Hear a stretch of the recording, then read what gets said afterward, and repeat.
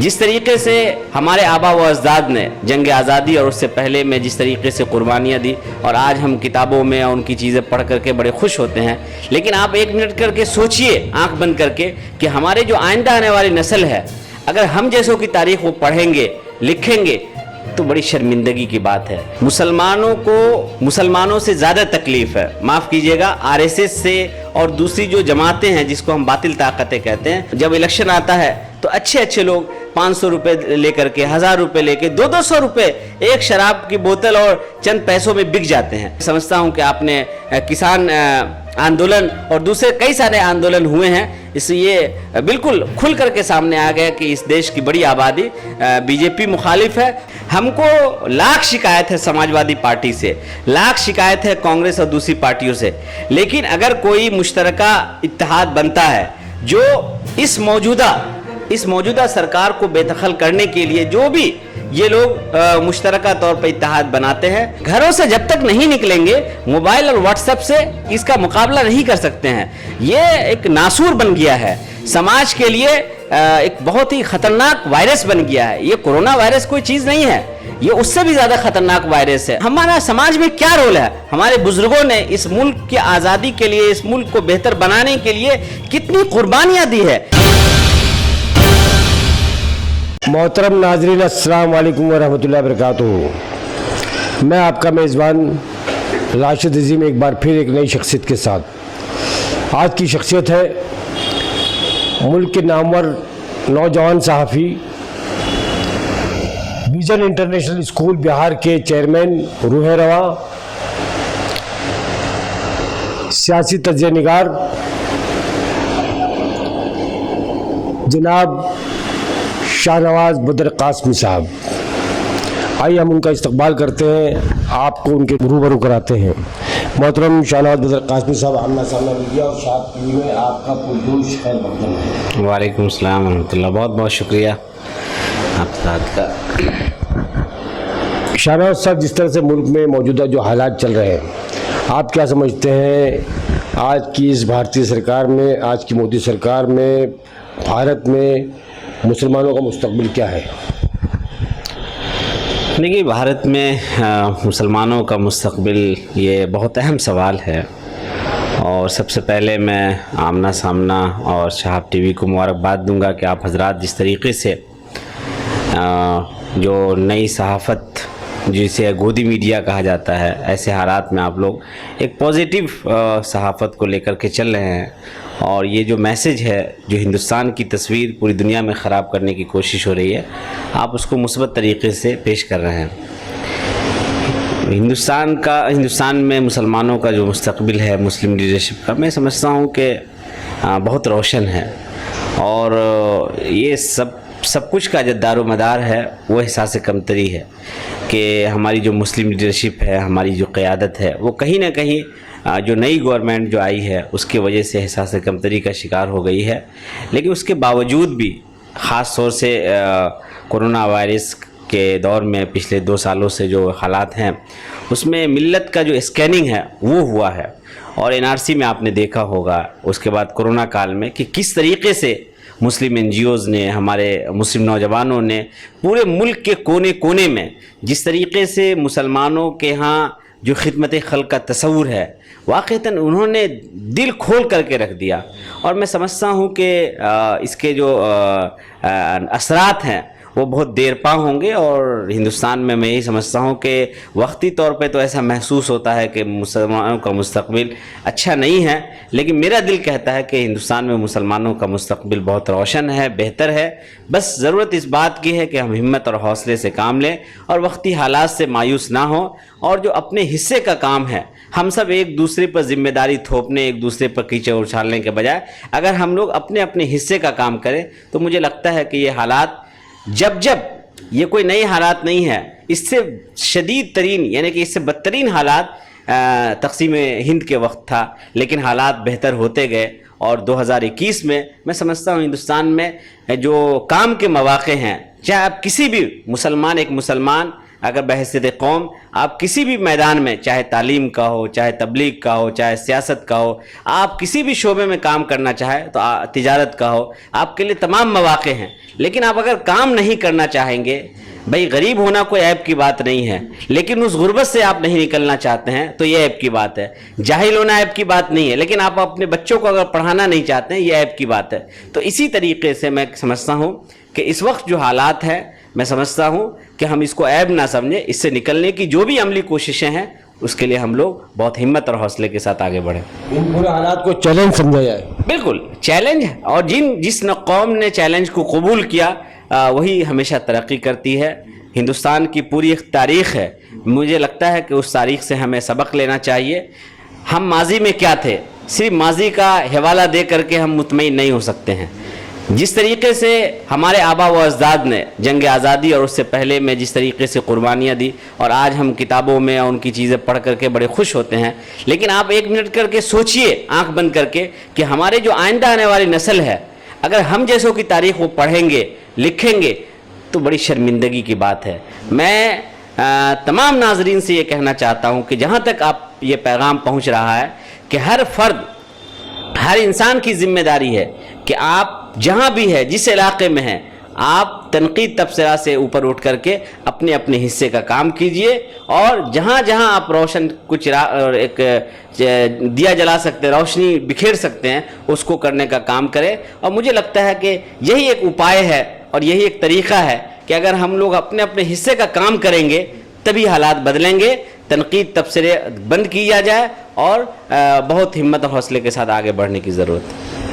محترم شارد بدر قاسمی صاحب، جس طرح سے ملک کے اندر کچھ فرقہ پرست جماعتیں جو ہے لگاتار مسلمانوں کو ورگلا رہی ہیں، دھمکیاں دے رہی ہیں، اور موب لنچنگ کے بھی واقعات ہو رہے ہیں، اس سے کس طرح سے نمٹا جا سکتا ہے؟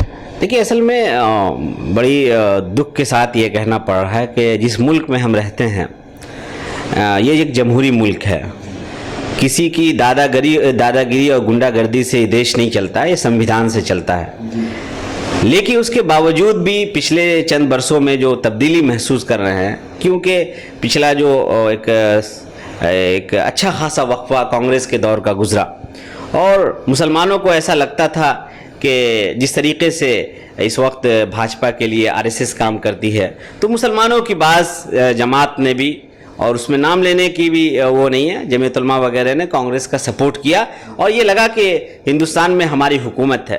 لیکن وقت رہتے ہوئے جو حصہ داری کی بات ہونی چاہیے، جو اپنے سیاسی مستقبل کی بہتری کے لیے جو عملی اقدامات ہونے چاہیے، وہ ہم لوگوں نے نہیں کیا. صرف ہم نے سرکار بنانے کی تو کوشش کی، ووٹ دینے کا تو کام کیا، لیکن حصہ داری نہ ملنے کی وجہ سے کہیں نہ کہیں آج ہم احساس کمتری کے شکار ہیں. اور اس وقت مسلم لیڈرشپ پہ جو لوگ کام کر رہے ہیں اس پہ بھی ہم اور آپ بھروسہ کرنے کو تیار نہیں ہیں.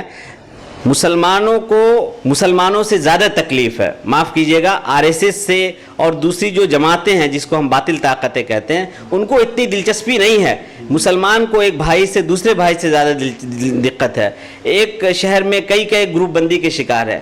تو میں سمجھتا ہوں کہ جو اس طرح کے نعرے ہیں اور اس طرح کی چیزیں ہیں، یہ وہ لوگ کرتے ہیں، وہ مٹھی بھر لوگ ہیں، جو وہ ہندوؤں میں نہیں مسلمانوں میں بھی ہے، کہ جو لوگ صرف جذبات سے کھیل کر کے، صرف اور صرف جذباتی باتیں کر کے، جذباتی نعرے لگا کر کے وہ سرخیوں میں آنا چاہتے ہیں، وہ اپنا سیاسی مستقبل بنانا چاہتے ہیں. اور اس کے لیے کہیں نہ کہیں ہماری سرکار ذمہ دار ہے، میڈیا ذمہ دار ہے.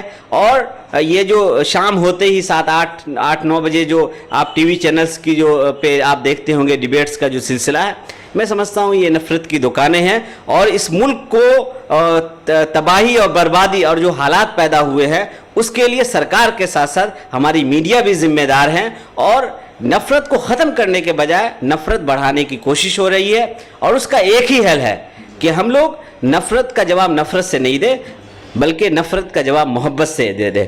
اور محبت ایک ایسی چیز ہے کہ اگر آپ میٹھی زبان استعمال کریں گے، اچھی بات استعمال کریں گے، تو شیر جیسا خطرناک جانور، ہاتھی جیسا بھاری بھرکم جانور، وہ ایک انسان کے قابو میں آ سکتا ہے، تو انسان کیوں نہیں آ سکتا ہے؟ تو ظاہر سی بات ہے ہندوستان میں ایک ایسا ماحول پیدا کرنے کی کوشش ہو رہی ہے کہ ایک طرف 80% آبادی ہے، ایک طرف 20%. تو یہ جو ہم لوگوں کے ذہن میں ہے کہ مسلمان مسلمانوں کے ساتھ رہے، ہندو ہندوؤں کے ساتھ رہے، ایسا نہیں ہوا ہے. ممکن ہے. بالکل. یہ ہندوستان جو ہے یہ مشترکہ تہذیبوں کا گہوارہ ہے، اور یہ ہندو اور مسلمان آج بھی الحمدللہ بہت ہی اچھے طریقے سے رہ رہے ہیں. ہم ملک کے کونے کونے میں جاتے ہیں، لیکن یہ نفرت کا جو ماحول ہے ہم کو صرف موبائل اور انٹرنیٹ اور چند تقریروں اور اس میں دکھتا ہے. لیکن آج بھی الحمدللہ ہندوستان بہت محفوظ علاقہ ہے، بہت محفوظ سرزمین ہے، اور میں دعویٰ کر سکتا ہوں کہ پوری دنیا میں مسلمانوں کے لیے جتنا امن اور جتنا سکون اور جتنا بہتر کام کرنے کے مواقع ہم جیسوں کے لیے ہندوستان ہے، پوری دنیا میں کہیں بھی نہیں ہے. شاہنواز صاحب، جس طرح سے سبھی سیاسی پارٹیاں مسلمانوں کی سب سے بڑی طاقت ووٹ تو چاہتی ہے، لیکن مسلمانوں کو نمائندگی دینا نہیں چاہتی ہے. ساری پارٹیوں نے جو مسلمانوں کو نمائندگی ملنی چاہیے تھی اسمبلیوں میں، پارلیمنٹ میں، دیگر ہمارے جمہوری اداروں میں، وہ نمائندگی نہیں دی جا رہی ہے، کیونکہ سمجھا جاتا ہے کہ جو مسلمان پہ ظلم ہو رہا ہے، ناانصافی ہو رہی ہے، ہمارے اسمبلی میں آواز اٹھانے والے کوئی نہیں ہے. تو اس طاقت کو کیسے بڑھایا جا سکتا ہے؟ سیاسی پارٹیوں کی ذمہ داری کیا ہے؟ دیکھیے، اس کی شروعات جو ہے جب ہندوستان پاکستان کا بٹوارہ ہوا اور ایک بڑی تعداد ہندوستان میں رہنے کا فیصلہ کیا، تو اس وقت ضرورت اس بات کی تھی کہ ہم حصے داری طے کرتے. لیکن ہمارے بزرگوں نے، بھائی ان کے احسانات ہیں ہمارے اوپر کہ انہوں نے یہاں رہنے کا فیصلہ کیا، لیکن کچھ چوک ہوئی. اب اس چوک کا اثر اس وقت دکھا نہیں، لیکن اب محسوس کر رہے ہیں ہم لوگ. اور وہ چوک کیا تھی؟ وہ چوک تھی سیاسی حصے داری. ہمارے بزرگوں نے عاجزی اور انکساری کی وجہ سے اس وقت بے توجہی کے ساتھ جو ہے وہ توجہ نہیں دے سکے، کیونکہ لگا کہ یہ ملک ہمارا تھا، ہمارا ہے اور ہمیشہ رہے گا. لیکن بعض طاقتیں جو آزادی سے پہلے ہی مسلمانوں سے جن لوگوں کو دشمنی تھی، ان لوگوں نے دھیرے دھیرے اتنا گہرے اثرات مرتب کیے کہ اس وقت جو حالات پیدا ہوئے ہیں، میں سمجھتا ہوں کہ تشویش ضرور ہے، لیکن یہ حالات ہمارے حوصلوں کو نہیں توڑ سکتے ہیں. ان حالات میں ہماری ذمہ داری بنتی ہے. اگر ظالم بادشاہ ہم پر مقرر ہوا ہے تو کہیں نہ کہیں اس میں صرف سرکار اور سیاست کا کھیل نہیں ہے، بلکہ ہم جیسوں کا بھی کھیل ہے. کہ جب الیکشن آتا ہے تو اچھے لوگ 500 روپے لے کر کے، 1000 روپے لے کے، 200 روپے ایک شراب کی بوتل اور چند پیسوں میں بک جاتے ہیں. تو ظاہر سی بات ہے جب ہماری قوم اور ہمارے لوگ ایسے ہوں گے تو ایسے ہی بادشاہ مقرر ہوں گے. لیکن اس کے باوجود بھی ضرورت اس بات کی ہے کہ جو لوگ مسلم لیڈرشپ پر کام کر رہے ہیں، جو لوگ ہندوستان میں سیکولر سیاست کر رہے ہیں، ایسے لوگوں کو مضبوط کیا جائے، کسی بہکاوے کے ہم شکار نہ ہوں، اور بہت ہی خود احتسابی کے ساتھ. اب اتر پردیش کا چناؤ ہو رہا ہے، ظاہر سی بات ہے اس وقت کئی سارے لوگ نکل کے آ گئے ہیں. آپ نے دیکھا حال کے دنوں میں بھارت میں کتنا زیادہ، مطلب ایسا محسوس ہوتا ہے پوری طاقت نریندر مودی نے بنگال کے چناؤ میں لگا دیا، اور اس کے تمام منتری سے لے کے M L A M Ps, لیکن وہ نہیں جیت پائے. بہت ساری ریاستوں میں وہ ابھی ایسا نہیں ہے کہ ایک عروج کا دور ہوتا ہے، تو ایک عروج کا دور تھا، لیکن دھیرے وہ زوال کی طرف آ رہے ہیں. مجھے یقین ہے کہ اتر پردیش اور دوسری ریاستوں میں جہاں چناؤ ہونے والے ہیں، ہندو مسلمان کے نظریے سے نہ دیکھا جائے، بلکہ ایک بھارتی شہری ہونے کے ناطے سے ایمانداری کے ساتھ آپ کو نظریات کی جو لڑائی ہے، اس دیش کی جو شناخت اور پہچان ہے، یہاں کا اتحاد، اس کو باقی رکھتے ہوئے ایسی طاقتوں کو جتانے کی ضرورت ہے جو ہم سکون کے ساتھ، امن کے ساتھ رہ سکے. میں سمجھتا ہوں کہ ایک اکثریت ان لوگوں کی ہے اس ملک میں جو امن چاہتے ہیں، جو چاہتے ہیں کہ یہ ملک ہم جیسا تھا ویسا رہیں. وہ نفرت اور اس طرح کے حالات میں جینا نہیں چاہتے ہیں. صرف تکلیف مسلمانوں کی نہیں ہے، بلکہ جس طریقے سے ایک بیماری ہے، معاف کیجیے گا، کہ جس طرح بواسیر کی بیماری ہے، تو ظاہر سی بات ہے اس میں درد ہوتا ہے. تو یہ درد صرف مسلمانوں کو نہیں ہے، اس سے زیادہ ہندوؤں کو بھی ہے، دوسری کمیونٹی کے لوگوں کو بھی ہے، لیکن اس کا اظہار نہیں کرتے ہیں. لیکن اب بڑی تعداد میں لوگ اس کورونا کے بعد بڑی تعداد میں لوگ اس کا اظہار کر رہے ہیں. اور میں سمجھتا ہوں کہ آپ نے کسان آندولن اور دوسرے کئی سارے آندولن ہوئے ہیں، اس لیے بالکل کھل کر کے سامنے آ گیا کہ اس دیش کی بڑی آبادی بی جے پی مخالف ہے. اور بی جے پی نہیں، جو لوگ نفرت کی سیاست کرنے والے لوگ ہیں، جو لوگ ہندوتوا کا مذہب کا سہارا لے کر کے غلط پالیٹکس کرنے والے لوگ ہیں، ایسے لوگوں کو دیش نے نکارنے کا کام کیا ہے. اور مجھے یقین ہے کہ آئندہ آنے والے الیکشن میں بھی یہ لوگ ہاریں گے ضرور. جس طرح سے بنگال کے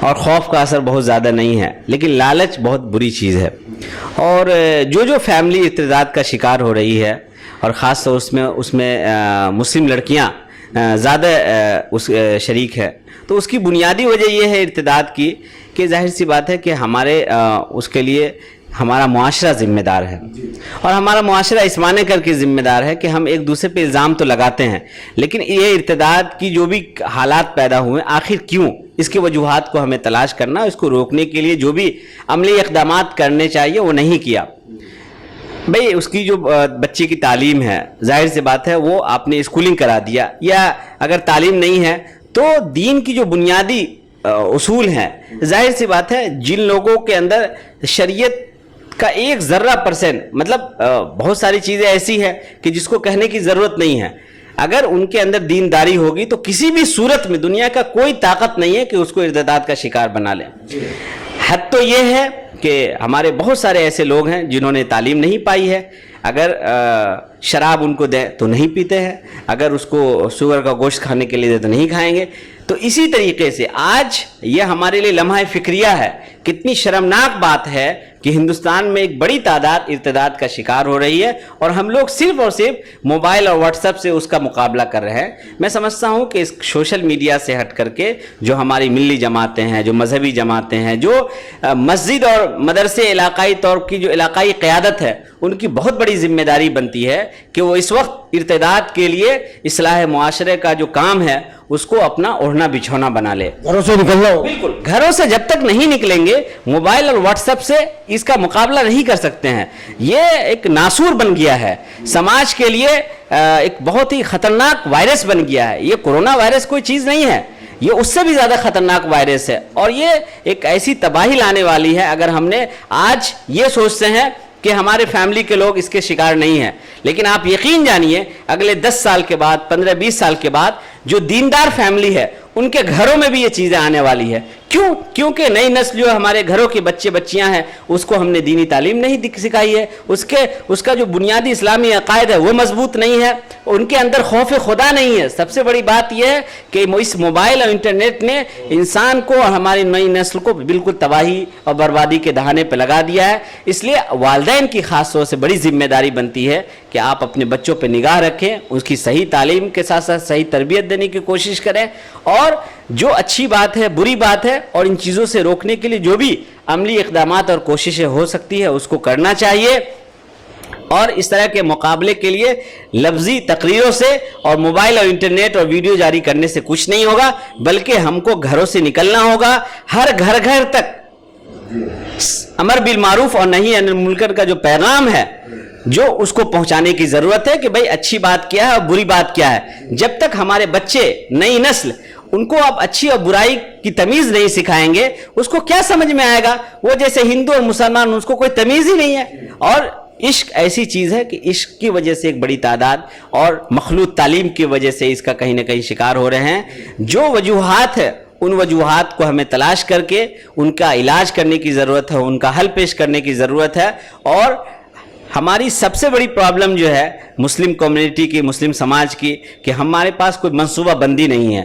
ہم ایک طرف RSS سے ڈراتے ضرور ہیں، RSS سے خوف دلاتے ضرور ہے، لیکن ہمارا مشن کیا ہے، ہمارا ویژن کیا ہے، ہمارا سماج میں کیا رول ہے؟ ہمارے بزرگوں نے اس ملک کی آزادی کے لیے، اس ملک کو بہتر بنانے کے لیے کتنی قربانیاں دی ہے، لیکن آج ہم اپنے گھروں سے نہیں نکلنا چاہتے ہیں، آج ہم اپنے محلے میں نہیں جانا چاہتے ہیں. ظاہر سی بات ہے، کیا ہر کام کے لیے تبلیغی جماعت کے لوگ ذمہ دار ہیں؟ کیا ہر کام کے لیے دوسرے ایسے دارالعلوم دیوبند ذمہ دار ہیں؟ نہیں، پورے ملک کے ہر آدمی کی ذمہ داری بنتی ہے. اگر آپ اہل ایمان ہیں، آپ اگر اسلام کی فکر رکھنے والے ہیں، آپ اگر مسلمان بچیوں کی فکر رکھنے والے ہیں، تو آپ اس کام کی شروعات اپنے گھروں سے کیجئے، اپنے پڑوسیوں سے کیجئے، اپنے محلے سے کیجئے، اور یقین جانیے کہ اگلے 10 سال آپ پوری اگر محنت کریں گے تو اس 10 سال کا رزلٹ اگلے 100 سال تک دکھے گا. اور میں سمجھتا ہوں کہ یہ وقت اب باتیں کرنے کی نہیں ہے، کام کرنے کا ہے. اور اللہ تعالیٰ جس کو توفیق دیں گے، یقیناً اللہ اس کو قبول بھی کریں گے. اور الحمدللہ بڑی تعداد میں لوگ کام کر رہے ہیں. ہمیں کسی بہکاوے کا شکار ہونے کے بجائے اب اصل جو کام کی طرف توجہ دینے کی ضرورت ہے. لکھنے لکھانے سے بولنے سے کچھ نہیں ہوگا. اگر آپ انقلاب لانا چاہتے ہیں, آپ بڑی تبدیلی لانا چاہتے ہیں, ہر بڑی کامیابی کے لیے قربانی شرط ہے. آپ کو اپنی قربانی دینی ہوگی, گھروں سے نکلنا ہوگا, محنت کرنی ہوگی, اور اسی محنت کا نتیجہ انشاءاللہ آپ دیکھیں یا نہ دیکھیں, آپ کی نئی نسل اور آپ کا مستقبل ضرور دیکھے گا. شاہنواز بدر قاسمی صاحب, آپ نے بہت ہی بہترین انداز میں سارے سوالوں کے جواب دیے اور ملت کے سامنے بہت اہم مسائل کو صحیح سمت میں اس سے مقابلہ کرنے کی راہ دکھائی. میں سمجھتا ہوں کہ مسلمانوں کو گھروں سے نکلنا ہی نہیں ہوگا. گھروں سے نکلنا تو ہے, لیکن آج قوم کا المیہ یہ ہے کہ ہم اپنے گھروں میں ہی اپنی بچیوں پہ نظر نہیں رکھ پا رہے ہیں. ان کو بہت آزادی دی گئی ہے, چاہے سوشل میڈیا کے ذریعے ہو. جب مخلوط تعلیمی نظام کی جو آپ نے بات کی, جب مخلوط تعلیمی نظام ہوگا تو ظاہر سی بات ہے لڑکے اور لڑکیاں ایک ساتھ بیٹھتے ہیں. تو ایک ساتھ بیٹھتے ہیں تو دوستی بھی ہوتی ہے. دوستی کہیں نہ کہیں کچھ خاص طبقات کے لوگ جو ہے جان بوجھ کے سازش کے تحت ان لڑکیوں کو بہکانے کا کام کر رہے ہیں. ان کو اپنے پیار کے جال میں پھنسایا جا رہا ہے. پیار کے جال میں پھنسانے کے بعد میں یہ تک واقعات ہوئے کہ ان کا قتل کر دیا گیا. تو یہ بہت افسوسناک المیہ ہے اور بہت افسوسناک واقعات ہے. اس سے نکلنے کے لیے جو آپ نے باتیں رکھی یقیناً وہ اہم ہے. پورے ملت کی بیٹیوں کو, والدین کو, سرپرستوں کو اور ہمارے معاشرے کے ذمہ داروں کو اس جانب بہت ہی سوچنا ہوگا اور اس میں ٹھوس قدم اٹھانے ہوں گے. یہ تھی آمنہ سامنہ میڈیا کی شاہنواز بدر قاسمی صاحب سے اہم ملاقات, اہم گفتگو. میں شہاب ٹی وی اور آمنہ سامنہ میڈیا کی جانب سے آپ سبھی کا بہت بہت شکریہ ادا کرتا ہوں. کیمرہ پرسن شہاب الدین صدیقی کے ساتھ میں آپ کا یہ میزبان راشد عظیم اب آپ سے اجازت چاہتا ہے. شکریہ. جے ہند. اللہ حافظ.